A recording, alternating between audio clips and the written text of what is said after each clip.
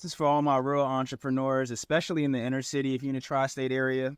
This gentleman that I'm interviewing next is all about getting to a bag, all about his legacy and his brand, right? So shouts out to my man, Avi. You know what I mean? He's going to give you a whole masterclass on how his business works. So without any further ado, just sit tight and tap in for this interview. So everybody want to know how I keep whipping up everything so fast while being a CEO and a full-time. Right, I don't have anything in particular that I want to get accomplished. I know in my journey right now, I'm working on 3 things. Is demonstrating for people who want to be creative entrepreneurs how to be their authentic selves consistently, so that they can develop and share their gifts and ideas, and more importantly, whatever they try to make money off of within their community. Cool. So it's like, I was even reading a book that I have a few books here today, ironically, right? Will, who started Rec Philly, gave me this book, right? And y'all can go cop that. And it talks about just getting to your creative entrepreneurship.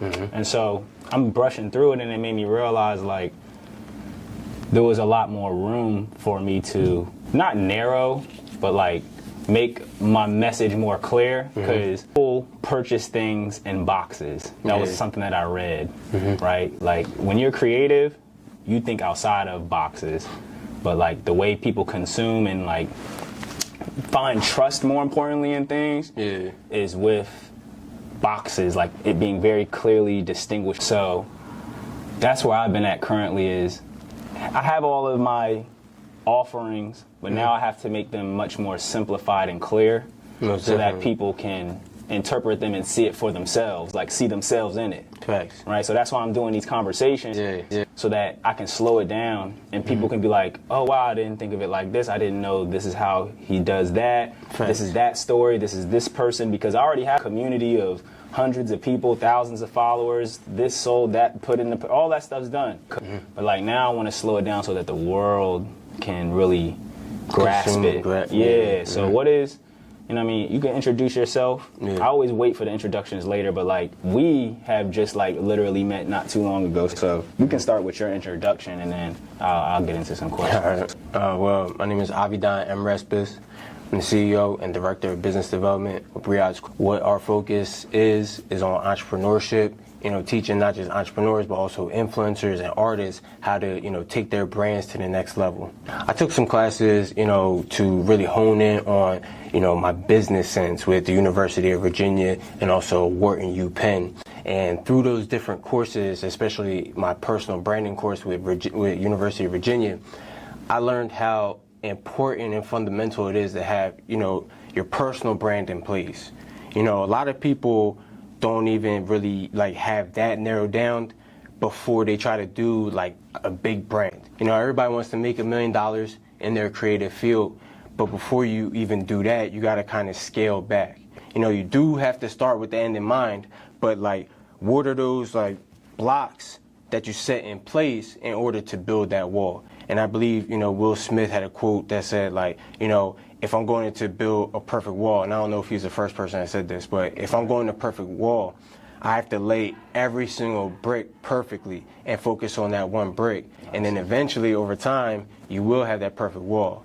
No, I ain't never heard that before. That's a good analogy, because if you mess one brick up, your whole crib going. Exactly. So yeah, that's a good joint. I actually like that a lot. And so like you mentioned your shirt, like what is the message behind, I guess, the merch? What brings that together, Briads? Like, you know, I mean, just since you already mentioned it, most definitely go into detail. So, you know, the importance of branding, because you know how important it is as a creative and somebody who is, you know, trying to, like, scaling their business. It's not trying, but scaling their business.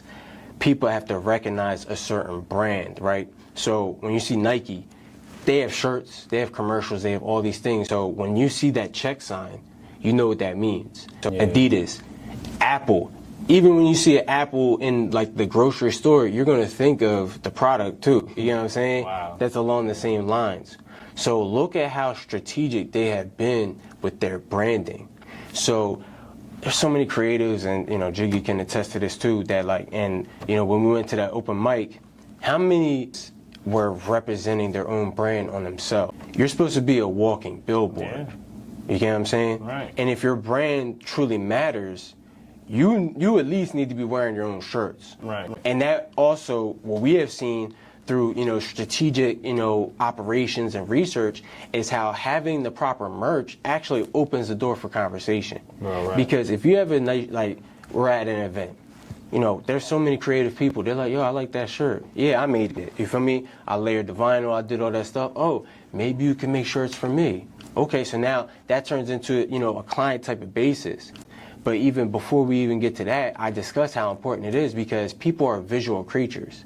And you could say my brand this, my brand that, but if they don't see it, it doesn't really matter. Right. That's why even having like the social, profile where you could, yo, follow me on Instagram. I'm right here. Let's follow each other.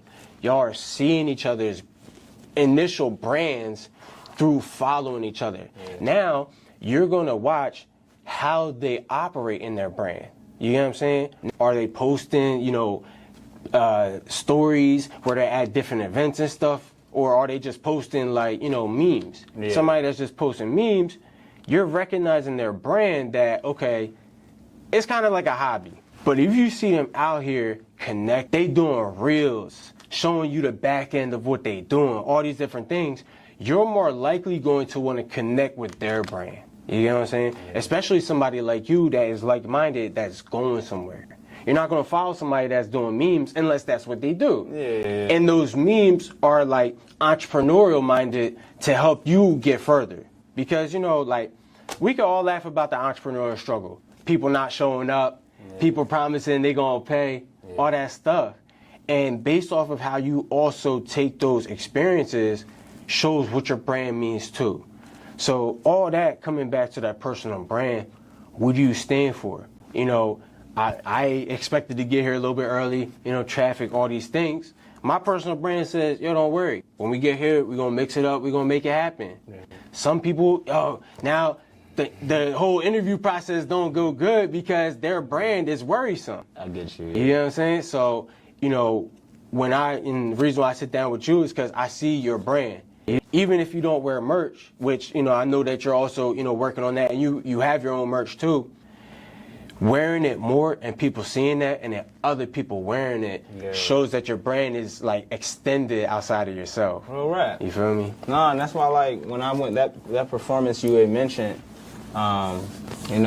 shouts out to AV. They had made me like a headline performer that day. Mm-hmm. And, AV, when I initially met them, or encountered them, right? Mm-hmm. And so when I encountered them, one thing that I learned was that they were looking to access the network that I had already established, but it was because of what you mentioned, the brand that I had established. They were able to look at the profile and see what I already did, and they were also able to find value for themselves in it via like the symbols or like the experiences. Like it was like they don't have to talk to me to even get the experience. They were able to just utilize the network because it was available, it was productized, and there was accessibility to it, right? So and, I want to like refine what you just mentioned down to like what I mentioned in the beginning, right? Consistency, right? Being able to demonstrate it through maybe a product.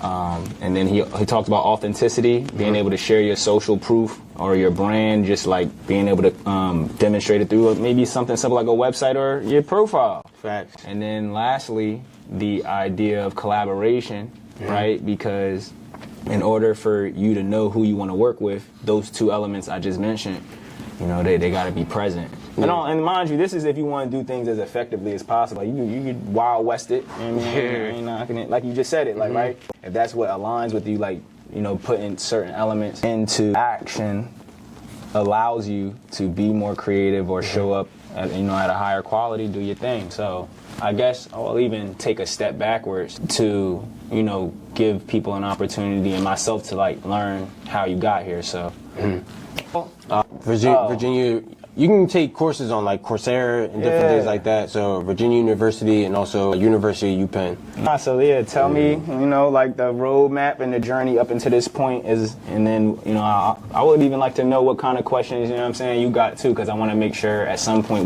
we cover those, because your audience is probably going to want to know those things. Most definitely. So, where I started, I've always been, in New Jersey, basically. So I went to school. And, after I graduated high school, I knew I wasn't, going to do college and all that. But my parents, to make them happy and stuff, I said I was going to go. Went to Rutgers, Camden for about a year and a half. I was gifted in playing soccer. So when I tried out for the team, I was able to get accepted. I played on the team and all that. But that's when, I really seen that, there's favoritism in sports. And, it don't matter really how good you are if you don't have, especially money. Because certain people, their parents are really paying. They're paying in order to get equipment. They're paying this stuff. So who do you think the coach is going to put to start? You know what I'm saying?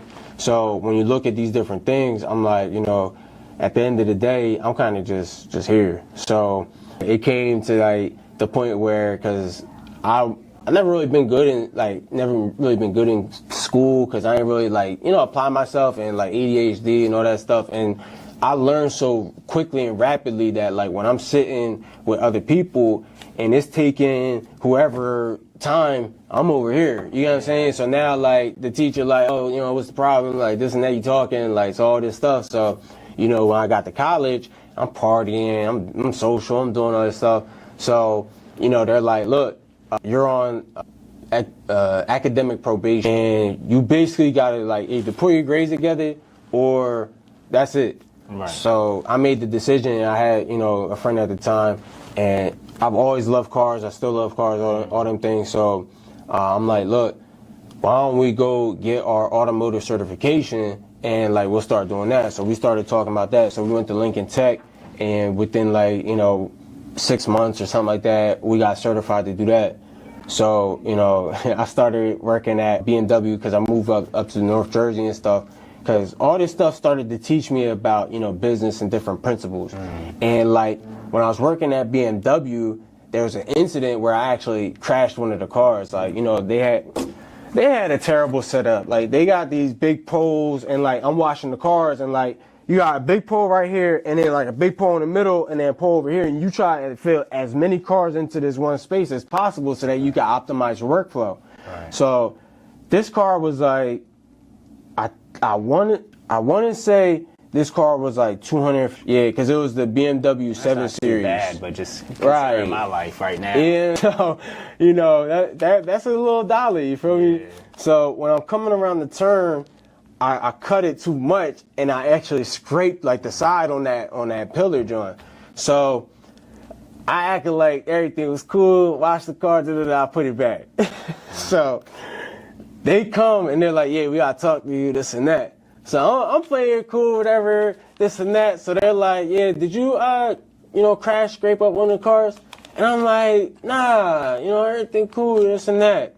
So they put the tape on the joint. They're is this you? And I'm right in the joint looking at it and stuff. And they're I'm ready and get in the car and stuff. So they had me red-handed, literally. No, so right. It's not like you just hopped in the whip and drove off. He said I was staring at it and everything. Dang. Because I couldn't believe that. I was yo. So, the manager that was sitting there, because his boss put the tape on and was yo, he was mad.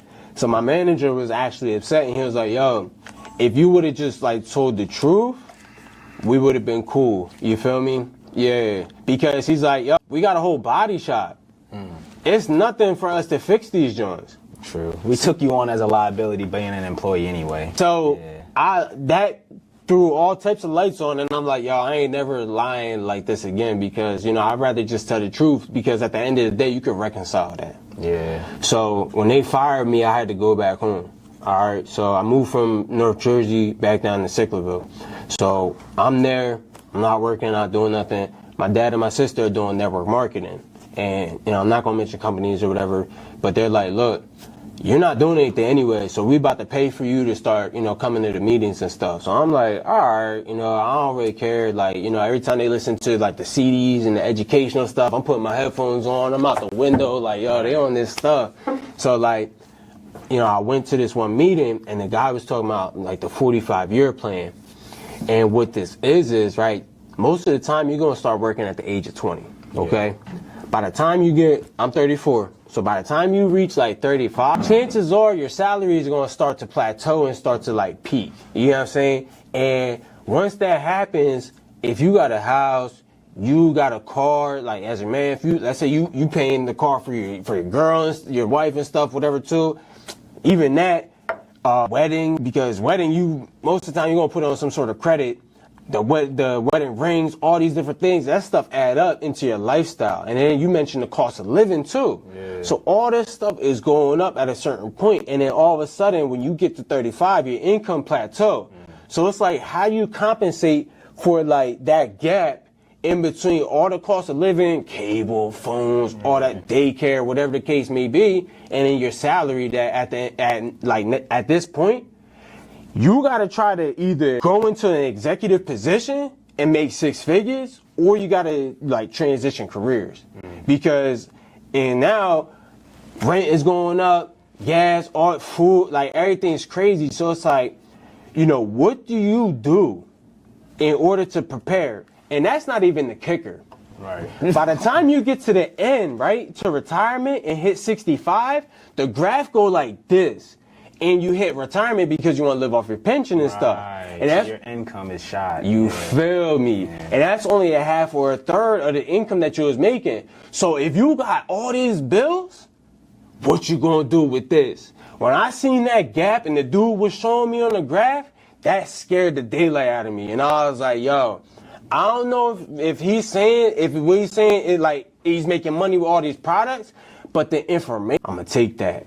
And through network marketing and direct sales and all these things, they can't tell you that you can't reach their potential, because then you won't do it. Yeah. So when they constantly basically brainwashing you, saying, yo, you could do this, you can get in this level, and I'm really listening to CDs, I'm reading books, I'm doing all this stuff, I'm showing up, I'm like, yo, because I'm gonna do this 1,000. I'm like, yo, maybe I can do something. Maybe I don't really have to do this product. Because, my dad and sister, they was diehard in this job. Yeah. But I'm like, yo, what if I make my own system?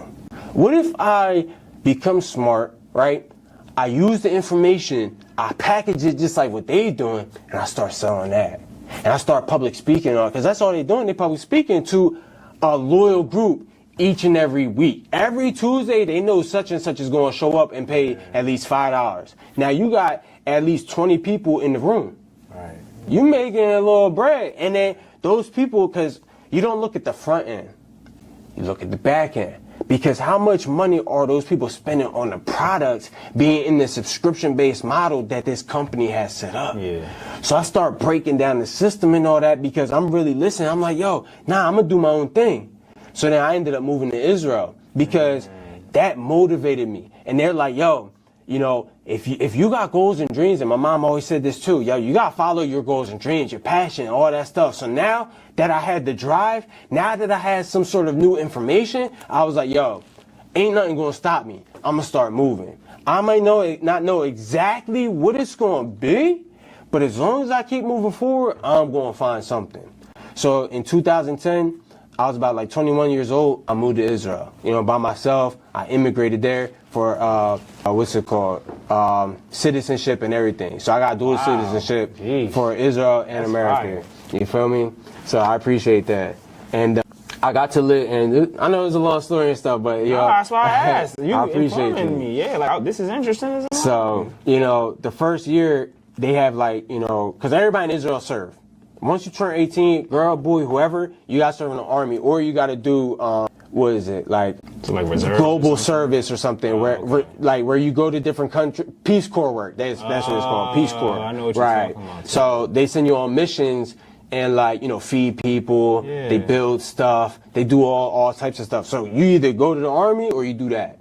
But because of, I'm gonna say, the threat of, you know, what's going on, because if you look at Israel, Israel is basically the size of New Jersey, okay? Now, if you take New Jersey and then say the whole United States, and then you put Canada on the side, and then you bring Mexico and sandwich New Jersey in between it. those are all the Arab countries, and New Jersey is Israel right in the middle of those. So why I say threat, because at any point in time from any direction you could be hit. You know what I'm saying? So it's not like, you know, not to say this, but it's not like America don't really have like a direct threat.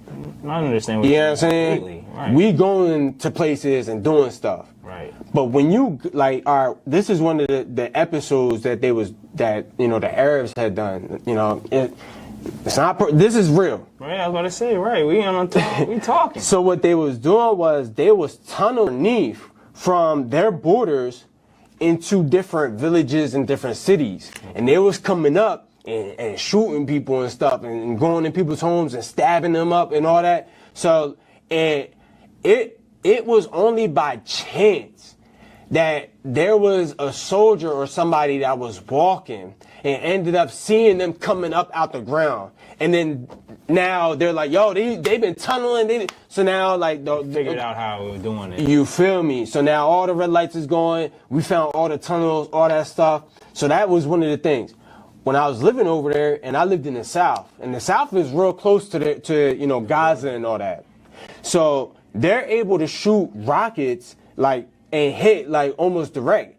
But what Israel has is something called in Hebrew it's called Kippat Barzel, but it's the Iron Dome.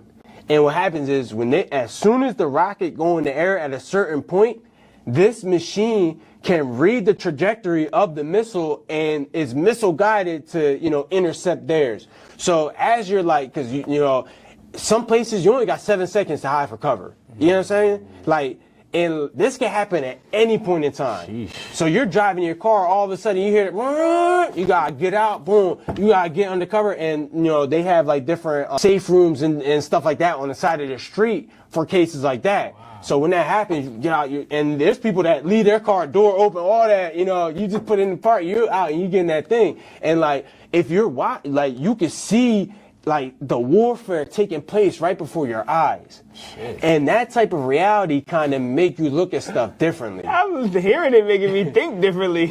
You feel me? Like, it's like some movie stuff, but like, it's happening. So, you know, not to, you know, get stuck on this, but it's real life. They had this one tour where they was, you know, driving up, ramming into, you know, bus stops, hopping out, and whoever was still alive, they was stabbing them. And whoever was in the vicinity, they was running after them and stabbing them. Now the thing about Israel is because there's so much military, because we're so built on safety and security, there's always a soldier somewhere. So there's only a certain amount of time that their attack is going to take place before they neutralize it. Yeah. And they're very strict laws because of all the propaganda that is against Israel and all this stuff, you feel me? That we have to make sure that it is a life or death situation before we shoot. There can't be any, you know, casualties in the line of fire. You know what I'm saying? Yeah. So like, and I seen them like on the news one time, there was like 3 terrorist cars like driving, and they literally hit the one car in the middle. Didn't touch anything else. And I was like, yo, they on some different stuff. So me, you know, being prepared within that type of system, because I knew that after a year I was going to go into the Army. Okay. And I didn't know exactly what my job was because they give you stuff randomly. And I knew that, you know, because if you're a male, you can't go into combat if you're the only son, okay? Because you have to carry on the legacy, the bloodline. Okay. So you have to get like approval not only from your parents, but the government can still say no. Your parents could be like, nah, like it needs a sir, they can do whatever. And they'd be like, we think it's more beneficial for you because what happens is they're thinking based off of, okay, let's say you go to war. You're the only son. You die in the line of fire. Now they want to sue the government. Ooh. You get what I'm saying? Yeah. Even though they tried to send their son. Yeah, they did it, yeah, right. You feel me? So to avoid all this, they just set these different parameters in place. You feel me? So I knew that I wasn't going to be able to, do that, which I really wanted to be in combat and do all that stuff because, I have uncles and different stuff like that serve too. And, my mom, she's also like proud of, military service. And I'm, even though I served in the Israeli army, I'm still patriotic for America. Like, this is, my country. You feel me? So, what happens is I'm like, when I go into this, I'm going to go in like all the way no matter what I do. So it came time that, I got my my mission statement because I don't know the terminology in English because everything was in Hebrew. Yeah. So I had to learn Hebrew because I didn't go there knowing anything. Like I knew a little bit, but like I didn't know enough to actually like do what I needed to do. So when I moved to Israel, you feel me, I got into the service and I was able to learn. And I was able to, function into, the proper place. And my service was in the military police. Okay. So I got like 6 months. And then after that, they said, look, because I wanted to be a commander, if I couldn't go to combat, I want to be a commander. They said, you can't be a commander like on the base because your Hebrew's not good enough. Like your Hebrew's good, but you can't do it good enough. Right. So we're going to put you in the jail. Okay. You could be a commander in the jail because people got broken Hebrew, there's people in English, all this type of stuff, and you're going to be good. This is when I got, able to really use all the mindset stuff that I was learning with the network marketing company. Wow. Because they're saying, That's deep. if you are changing your mind each and every day, because you know this, you literally have to like will yourself when nothing's happening.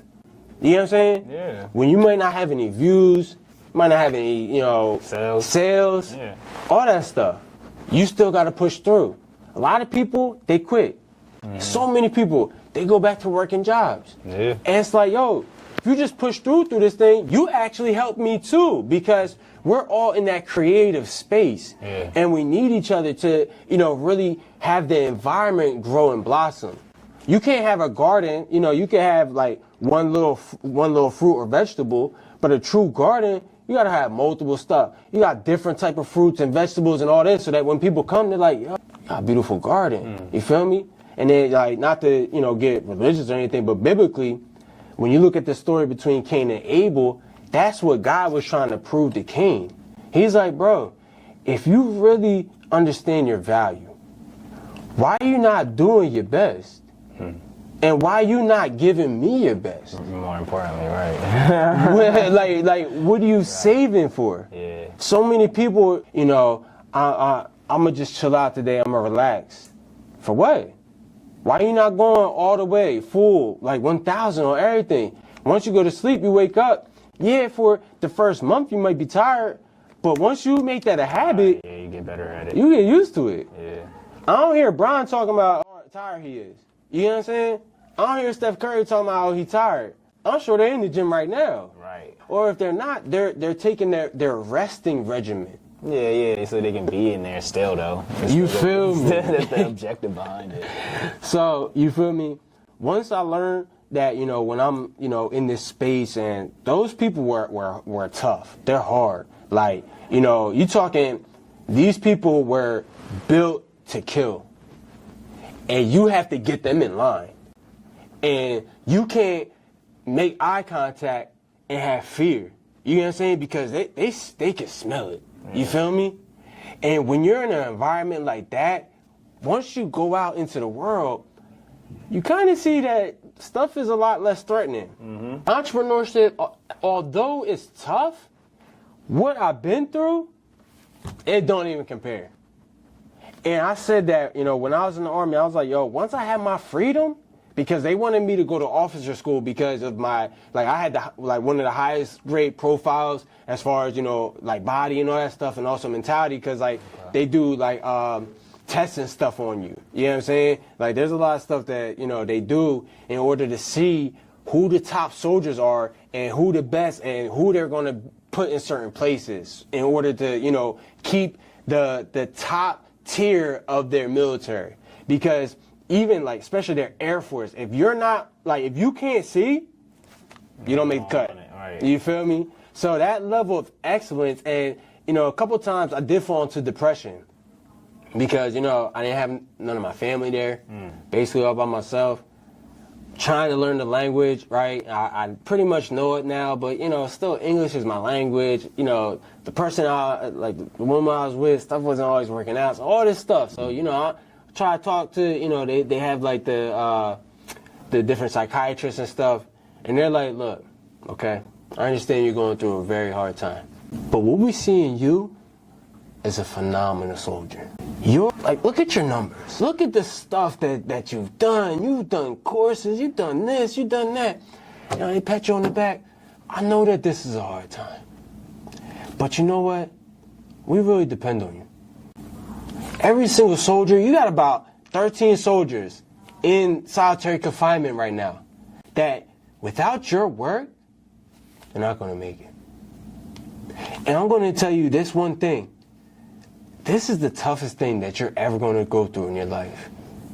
If you get through this, you won't get through anything. So you know what? Why don't you go back to your room, relax a little bit. I know your shift is coming up. Take a nap and reassess the situation. Because we believe in you, we need you, and we know that you could do this. Or else you wouldn't even signed up. Right. No, you ain't even been there, right? It's that part. So at that moment, what they're doing is playing the game. Is this person going to thrive or are they going to break? Yeah. You get what I'm saying? If I break, I'm going to end up in jail too. Anyway, right. Because I'm going to go AWOL, I'm going to do all this stuff.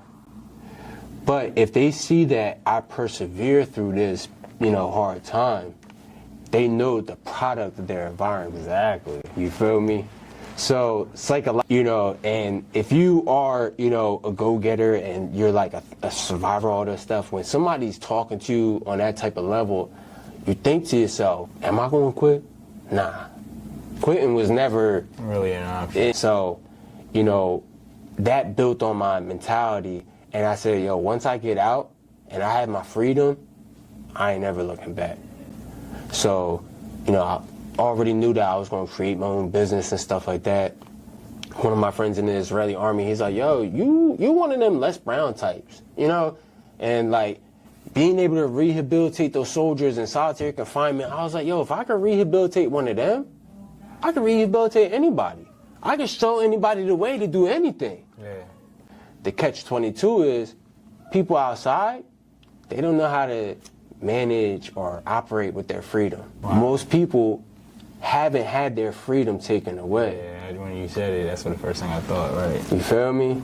So once you get that, you're like, yo, I'm not holding myself back.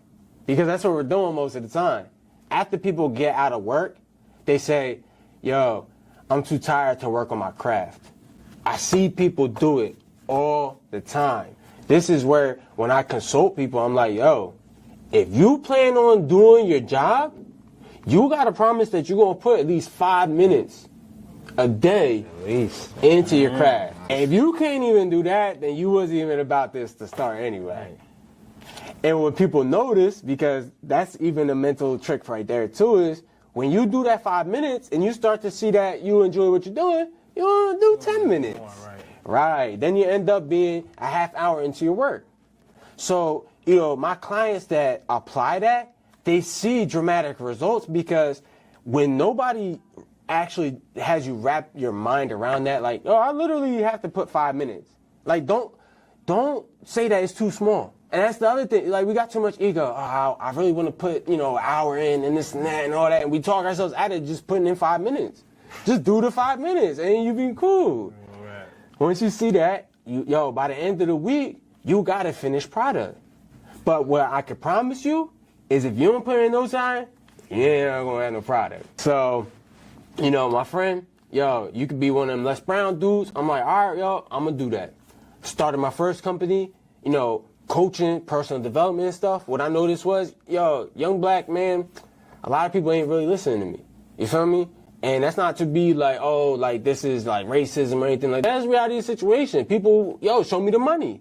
Like, what have you gone through? What have you done? Like, what are the different things? And I didn't understand that people couldn't quantify in their mind military service. Like, and when I came back to America, this is also why most people are civilians. Right. I don't know what that means. You feel me? And when I came back to America and I saw that they wouldn't accept everything that I did in the Israeli army because they couldn't translate it or justify it based off the American system. So everything I did in the army, once I got back to America, basically meant nothing. So I had to fight that mentality too, like, yo, like, I'm basically nobody, I'm starting from nothing. If I'm in Israel, I like, yo, as soon as I tell people, yo, this is what I did, I can get basically any job. And I was also working in the forest market before I came to America, so I knew that I can get any job. And I learned finance over there a little bit, so I was like, yo, put that into my business too. And, you know, there's all these different things that happened along my story that made me know that, yo, if I just apply myself to my own business, my own brand, just like what these people were saying on them CDs, I'm gonna be okay. You feel me? Yeah. No matter what. So it came to a point where, you know, I had to decide what I was gonna do. And this is where, you know, Jiggy comes into play too. Because I moved to Ohio because when I came back to America too, I had some friends I went to high school with, you know, they had, you know, a clothing store. This I started to learn about merch and, you know, graphic design and all these things and sales because they were like, yo, if you're going to be the store manager, you're going to have to throw down. You feel me? So I was like, all right, just give me a few months to learn the system, whatever, learn how to really sell, learn how to, you know, press the shirts, all that stuff was cool. Because I would have to, you know, do everything during the week. You know how to do it, shit. You feel me? I know how to do it. So with that, you know, it took a few months, I started to learn. And then I was able to, you know, generate $1,000, you know, in sales Friday, Saturday, and Sunday. So that when you do that each and every week, that pay your rent plus. And then because during the week, it's kind of slow because nobody really going to the mall on a Monday. Nobody really going to the mall on Thursday, people starting to come to the mall. You feel me? And when it's like cold outside, when it's wintertime, and we're in Ohio and it's snowing, and they barely pave them roads. So you might not get clients that whole week. So you like hoping that, yo, they better pave these roads on the weekend. You feel me? So that when they do, now you compensate all them losses on that weekend. And not only was I selling 1,000, but the people under me, I had to teach them, yo, you gotta sell at least 500. Like, you gotta sell at least 200. Like, I'm giving y'all goals. You feel me? And when you push them and like using the same different things I learned with them CDs and stuff, yo, all these things, they was making amazing sales.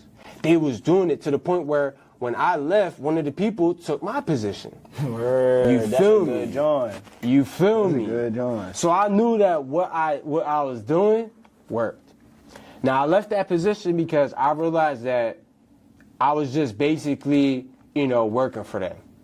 They wasn't really putting me on like they said they was, you know, doing. And I was like, yo, like I thought we were bros, all this stuff. Like, you know, all right, well, I don't really need this. I'm gonna go back home and start over. Okay. So when I went back home, I ended up working with another dude that I went to school with, and he had a full-fledged print shop. They was only doing T-shirts and stuff. Now we doing books. Right. We doing signs, making stuff like that. Yeah. Doing all banners, all type of stuff. And I'm installing them. I'm doing vehicle wraps, all that. I'm like, yo, That's a good look. you feel me? I'm like, this is really where it's at. I'm working with dude, and I feel like, all right, you know, we got some partnership going on. I'm there basically from like 7 in the morning to like at least 6 or 7. So I'm putting in at least like 12 hours. Some nights when we like some nights like, you know, I'm there till like 3 o'clock and stuff. So, you know, for me, I'm like, you know, driving my car, I'm doing all these things to like provide for the company. And then like for you to like take money and all my time is basically being spent here, like that's messed up. And you try to say that you my boy too. Like I thought we building, we growing. So I'm like, all right, this ain't really my thing either. But because, you know, when I was working with him, he had, you know, sent me to the BNI meetings because when you go to the Business Networking International, that's what the breakdown is. Okay. And you gotta pay the membership every year, but you go there and they have business breakfast every Friday or something. And because we're a print shop, we were able to do the printing for the different companies that were in that group. Word. Because everybody needs printing, everybody needs flyers, everybody need this, everybody need that. So they might not need it all the time, but eventually you knew that they was going to buy something from you. You know what I'm saying? Okay. So, and then when they need new signage, all that stuff, like, so we had, guaranteed clients. And we had a little finesse for a little bit because we was going to like 2 or 3 different joints, but I think you can only go to one joint. But like we was getting business from like, a few different spaces. So, that helped a lot too. So I'm selling myself and I'm learning how to do sales and learning how to like present myself and talk and all this stuff while going to these meetings. So that once he was like, money, this and that, I'm like, all right, like I don't need this. I'm about to, just do my own thing. Yeah. So, I started, trying to like develop my brand because like I started it with him, because he did his own stuff. Oh, so that sounded amazing. Yeah, the way I'm asking. came through, right? You feel me? So I learned, got my website, registered my business, did all this stuff, and I'm like, all right, well, I'm on my own now. So figure this thing out. And then, like I said, it wasn't working out because I didn't really have that track record. So I was like, all right, well, let me start to develop that track record. Let me start to, figure out different things that I could do. So I was like, all right, this is when like people started doing lives on Facebook and all that. This is like back in like 2016, before like social media really became like this animal. I'm like, all right, like I'm gonna start doing videos. All right, I'm gonna start, making content and stuff. So I noticed that people started listening. Started to get, 30 views, 50 views, 100 views, few hundred views. I'm like, all right, something's going on here. So I could basically, instead of me going and getting clients to do like the coaching for and starting to do all that, I'm gonna just create that content so that after a certain amount of time, people are gonna be like, why don't you consult me? I've been watching you for, 6 months or whatever. And if I know that the video is going to help me, I know that if I really sit down and lock in on this thing, you're going to really be able to help me. Yeah. So through all that, I'm like, okay, there's something with this social media thing. I had posted on Instagram and all that stuff before, and when I was in Israel. And like, I kind of, for anybody, start to share your story. Because one of the things that I really, wish I would have went back and did was when I went to Israel, really shared that whole process. Me, doing the meetings for immigration, me going, to the consulate, doing all this stuff, me, hopping on the plane, getting there, going through immigration there, learning how to even go to the grocery store. Right, literally. I don't even know how to say like this vegetable. I know how to say it in English, but now like I'm literally a baby again. Mm-hmm. So how amazing would it have been to share that whole process? The whole process. Right? You feel me? Damn. The army, all that. High value content, lost it. But now I just share my story. So, when it came time to, understanding what this whole social media thing is, I'm like, okay, well, if there's something to this, let me start taking it serious. Let me start really diving into this thing. So I'm like, all right, I'm gonna put all my information together and I'm gonna do a course. And I'm gonna just do it with the different things I had. I ain't had no camera. My first course, I did it on my laptop. Wow. And that camera is trash. Like you still did it though. You feel me? I like that. And I started to learn how to do the video editing for it because I couldn't pay nobody to edit my videos. That stuff is expensive, so I started to learn how to do it. And that's why I found this program, One to Share for More. And it's crazy how the universe and God will start to send you different things at an appropriate time. And if you know how to use it properly, and if you recognize that certain things are for you and you use it, definitely gonna win. So I'm like, all right, I don't know Premiere Pro. I don't have access to do Final Cut. DaVinci Resolve, I don't even know what that is. Right. You know what I'm saying? So this program saw, an ad on YouTube, whatever. I'm like, I'm gonna try that joint. And it's cheap. It's only like $70 at the point. Premiere Pro, you gotta pay like $70 a month. Right. So you can already see where I was going. So I'm like, all right, this might not be the best program. I'm gonna started using that joker, started messing with stuff, this and that, watched some YouTube videos, blah, blah, blah, blah, chopped up my first course. I'm like, all right, yo, I got this. So then I'm like, but my videos ain't clear. I'm watching all these other people, the influencers, the gurus, their content is real clear. What's the difference between them and me? Cameras. All right. Because, like, I wasn't sold on the idea of cameras yet. I got you. I was still like, you know how everybody be like, I'm going to shoot it on my phone. That's cool. But then you start to understand pixels. Like, if we look at, because you got this grass thing right there, let's say each and every one of them things is a pixel, right? If you look at the white, and let's say all that is 1 pixel. If you blow it up, that's going to look distorted versus all them little pixels. Yeah. So I'm like, I started doing the research. I'm like, yo, this makes sense. So I start to look up cameras and stuff. I'm like, yo, I need a camera. I'm like, yo, what's a really good camera? So then they got this red camera, right? What this does is it's able to read the infrared light in the room. Sorry, let me spit. It reads the infrared light in the room. And your natural eye can't see that. Yeah. But this camera, and like when you put certain lights and you put them on certain temperature settings, you get such an amazing picture. And I'm like, yo, I want that.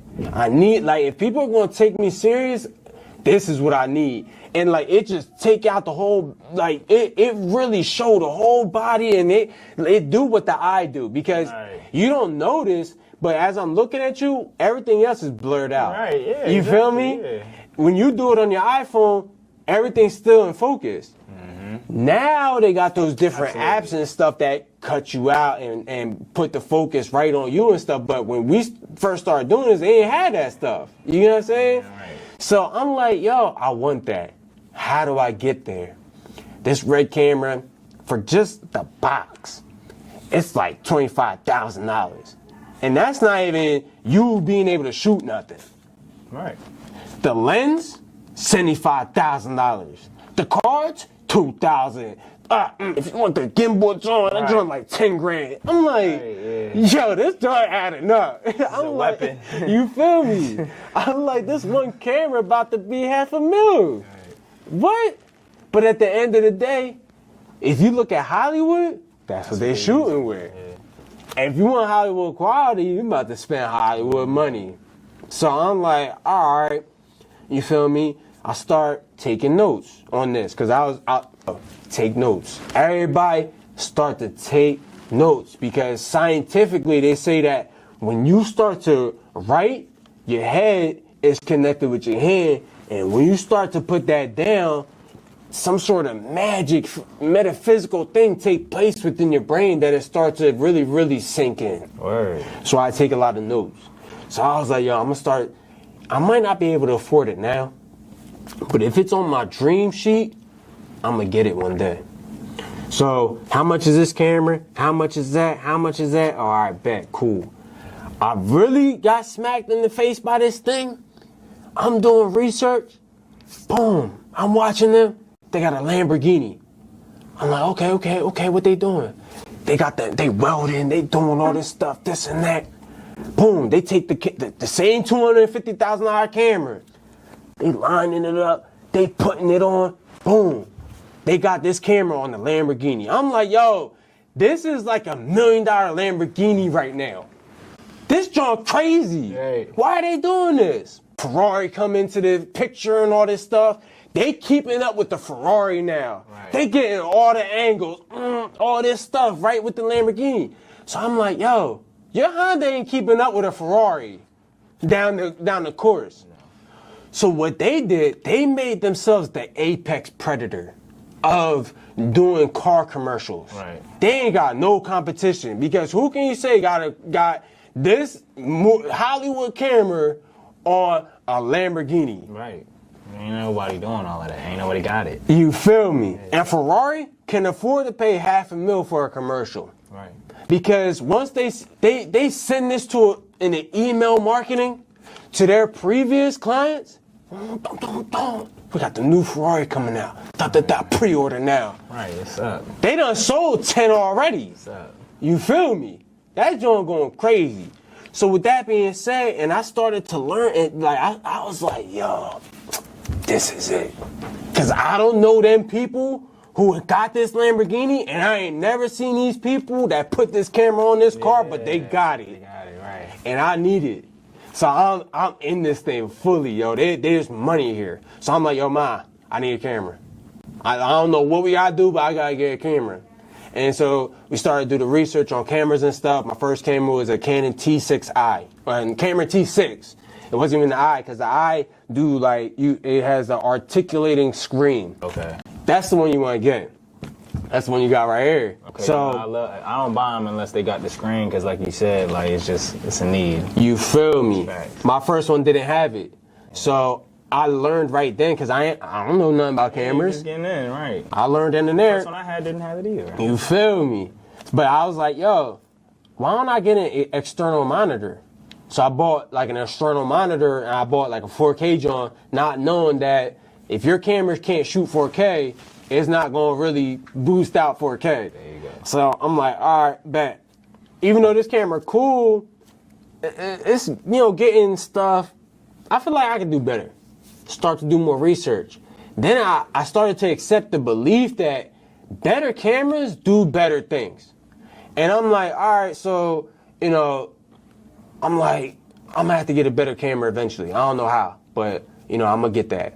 So, around this time, I start to do, video and stuff with the T6, and I'm like, no matter what, I'm gonna just get out here. Push it, yeah. You feel me? So I start doing stuff, and then I start to do video production for a few artists.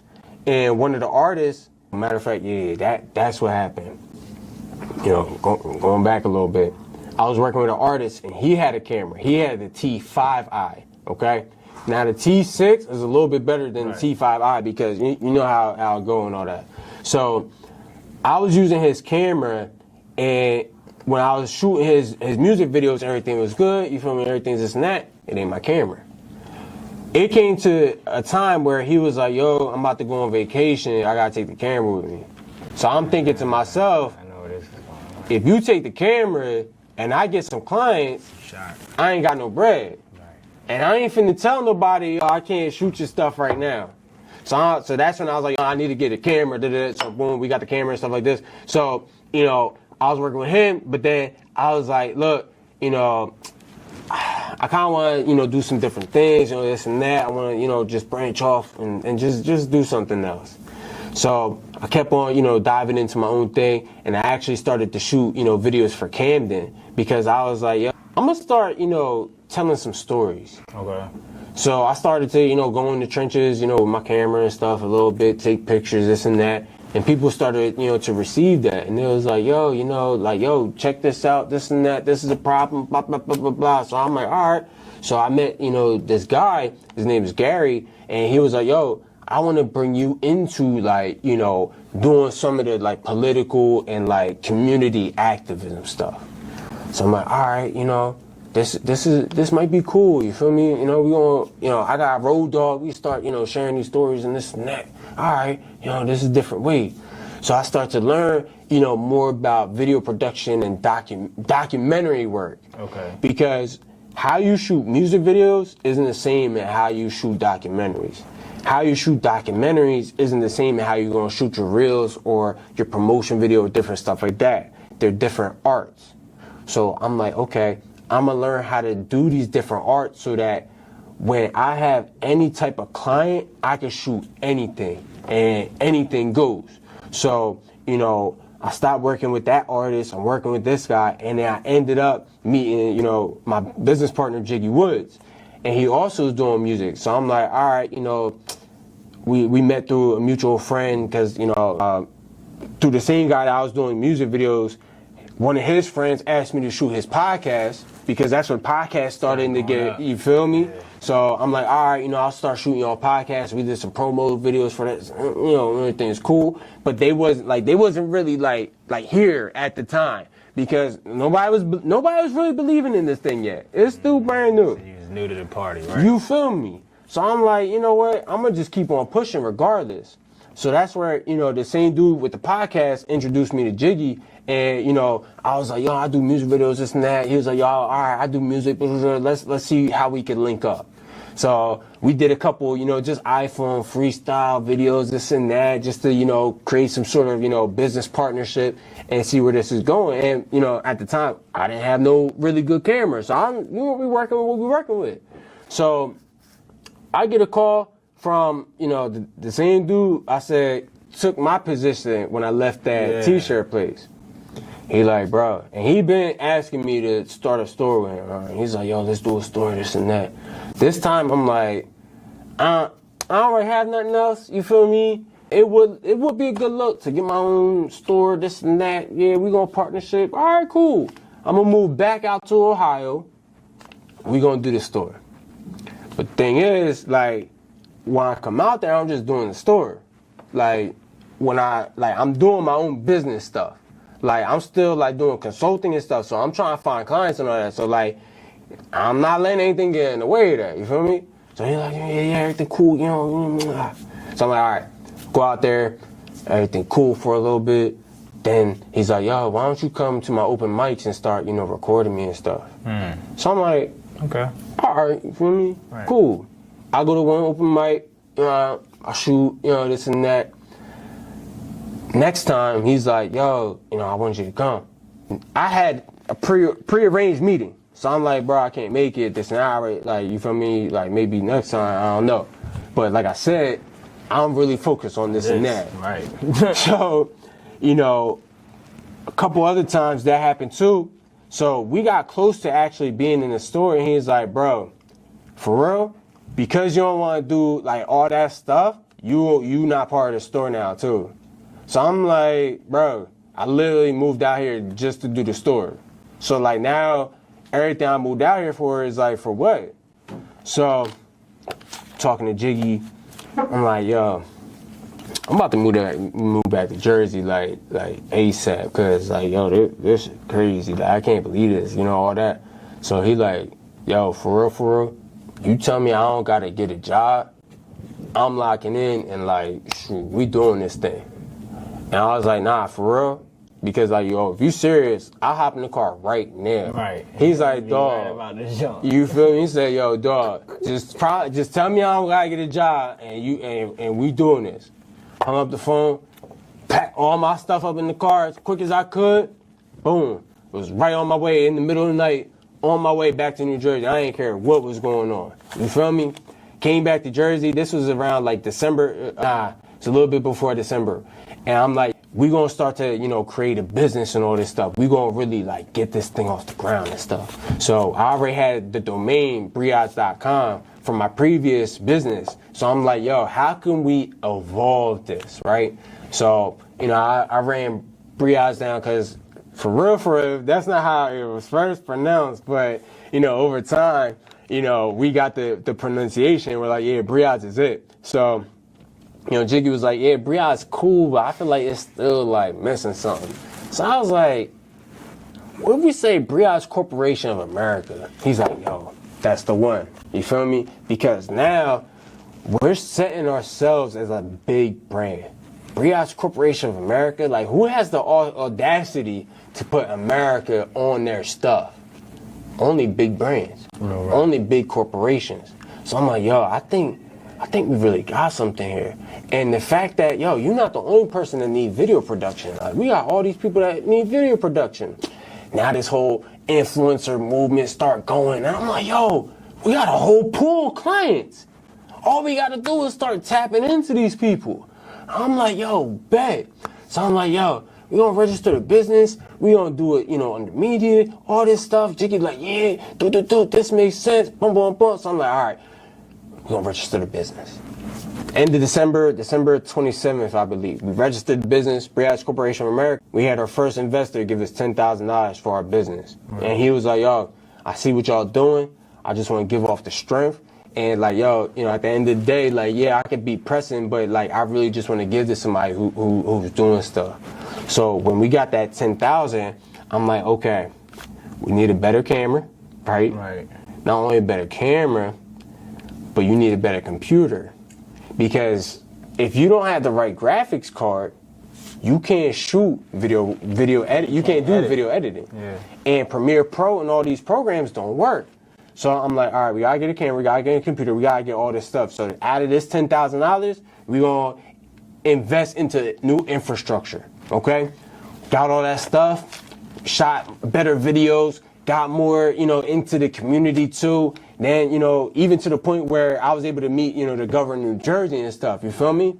And we were supposed to, do some projects and all this stuff. But at the end of the day, you see how these political people be sold out. You feel me? And even those small time people that be, oh, yeah, I'm a community activist, you gotta watch them. You feel me? Because I'm like, how I'm doing all this video for y'all, none of y'all got $250 to pay me for a video? None of them. Right. You want me to pull up and do a whole campaign for you, telling the people to give you money, but you don't even got money. Financially, as a CEO of a company, that don't look like a good investment. Right. That don't look like you got your eggs in order and all that stuff, or your ducks in order and eggs in the proper basket. So we gonna stop rocking with y'all, and we gonna go back to doing our own thing. Because what we know from producing content, people start to consume your content, right? The more people consume your content, the more you could grow your brand. Then once you have a certain loyal base, you could sell pretty much any product to these people if you do it correctly. So I start to learn more and get, more into the research on, Facebook marketing, how to really get people's attention, because you only got 3 seconds to get people's attention. You feel me? Especially when you do an ad. If you don't capture them, they're gone. Now, within that first 15 seconds, you want them to make a decision on whether they're going to subscribe and whether they're going to click on your website or whether they're going to keep on watching the video. Now, if you keep them for 15 seconds, you're probably going to keep them for 30, and then you're going to keep them for a minute. And then they'll end up watching your whole video. You get what I'm saying? Yeah. So I started to learn the psychological principles behind producing content that actually converts. Because at first we're just making videos, we're just doing our thing. Then it starts to become a whole operation, because I'm like, yo, if we're doing content for our clients, we got to actually be able to show the proof behind why content works. So based off of how ads are, giving results on the analytics and all those things, I can see how my performance is with my content. Then out of those people, let's say if 30,000 people watch this video, I can almost guarantee that 300 followers will come every single time we run ads. So imagine if you get 300 followers each and every week you run ads. By the time you get to the end of the year, you probably gonna have 1 million followers. You know what I'm saying? And I seen these numbers because when you look at, how I ran ads with just like $1,500, I reach over 1 million people. Now, out of those 1 million people, I got, X amount of people to subscribe, to do this, to become followers and stuff. And to the point where, like, within the span of, like, a couple weeks, my followers went up easily 1,000.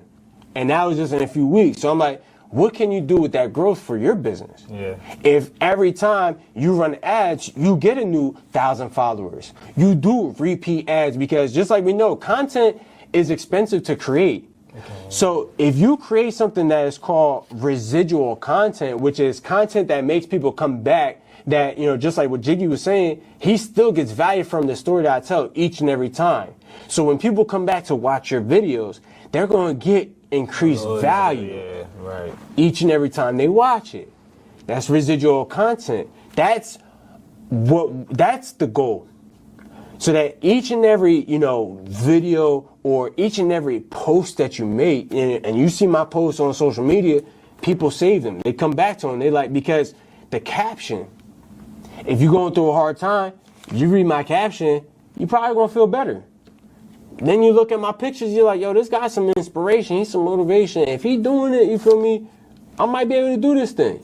Yeah. Go to my YouTube, you watch my videos, you watch how I came from nothing, I'm here, you feel me? Because now, showing this, doing some numbers because, long story short, and we did a lot of things in between that time, but where we're at today after all these different things is we see that our company within the next 5 years can easily make $60 million. You feel me? The right marketing, the right strategy with the right people, partnerships in place. And once you write it down, it's factual. It's factual. Now it's just you implementing it. You know what I'm saying?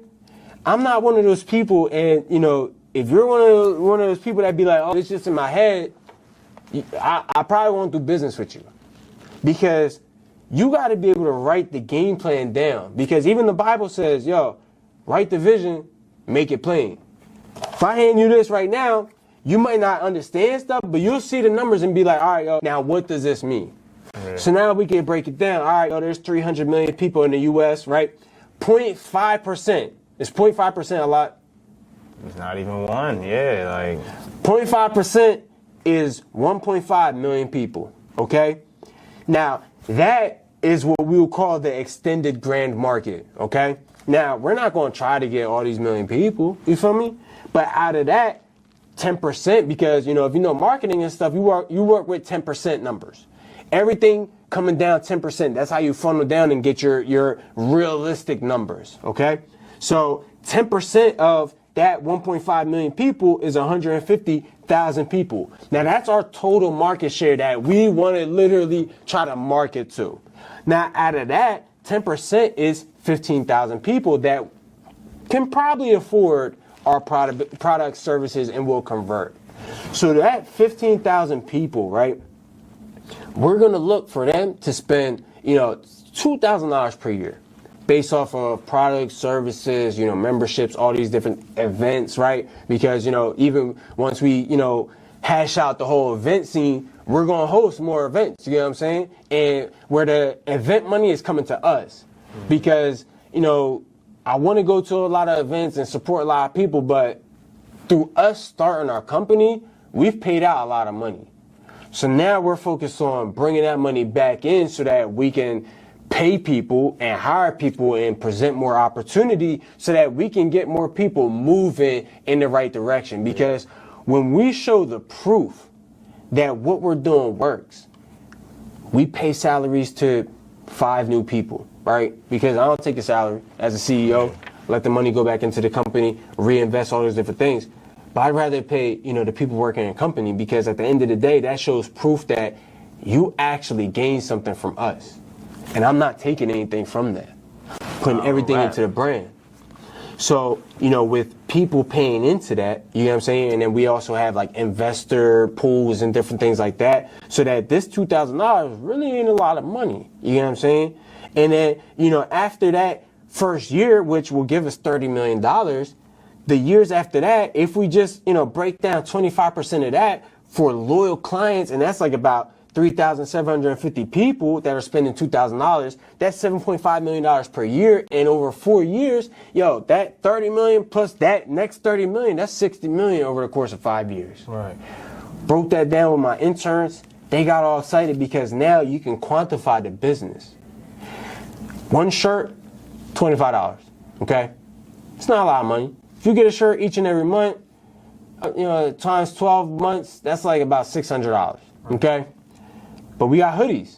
So not just t-shirts. That takes, the ability to, increase your margins because $25 shirt versus a $55 hoodie. You know what I'm saying? Right. It doesn't really compare. And then on top of that, that's just like the baseline. When you start talking about, different vinyl, different stuff like this, like the price go up. Yeah. And then once we start, adding in screen print, the screen print is now going to be the base of all the costs, like the 25, this and that. Vinyl is going to start at pretty much more than that.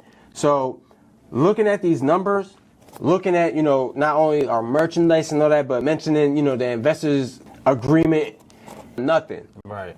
Now, not just on the products and services, but, we put investor agreement together and this kind of like breaks it down, the story and all that and where your investment goes and some of the returns on that. So instead of you, just being a client and spending $2,000, you invest the $2,000 we give you product based off of like the membership portion. So like each and every month we'll send you product based on your $2,000, you get what I'm saying? But then after that, once you reach the maturity date, you're going to get return on your investment, not just the principal. So like, let's say you put $1,000, $2,000, you should get $5,000 back. Now that's going to be, you know, maybe after like 2 years or something, you know, because you got to let your money work. You know what I'm saying? Real rap. And it's not just your money, but we're pulling the money together. Because when we also learn from like, what's it called, hedge funds and different stuff like that, you have a lockup period where the money has to go into different vehicles. So let's say we take everybody's money, we pull it into real estate because we need real estate. So if we get a space like this in Jersey, start producing content, get memberships, now that becomes a cash flowing investment that we could take that money and now pay back our investors. Exactly. So you get it. And even without that, we made a strategy based off of the merch because, yo, we've had people buy merch that wasn't even hot. So why wouldn't they buy this? So we're only increasing what we're doing so that we can know that these numbers are able to hit. My goal, personally, is to make $3 million each and every morning. Okay. Through the stock market, through different stuff and that, you know, so that's going to put me on, you know, the track to be a billionaire. Right. Okay? You know what I'm saying? So what I see for myself, this 60 is big numbers to certain people, but when you see these companies making trillions of dollars, and then when you actually do the math and then you're like, yo, if there's 7 billion people and there's $1 million to each and every person, how much money is really in the world? There you go.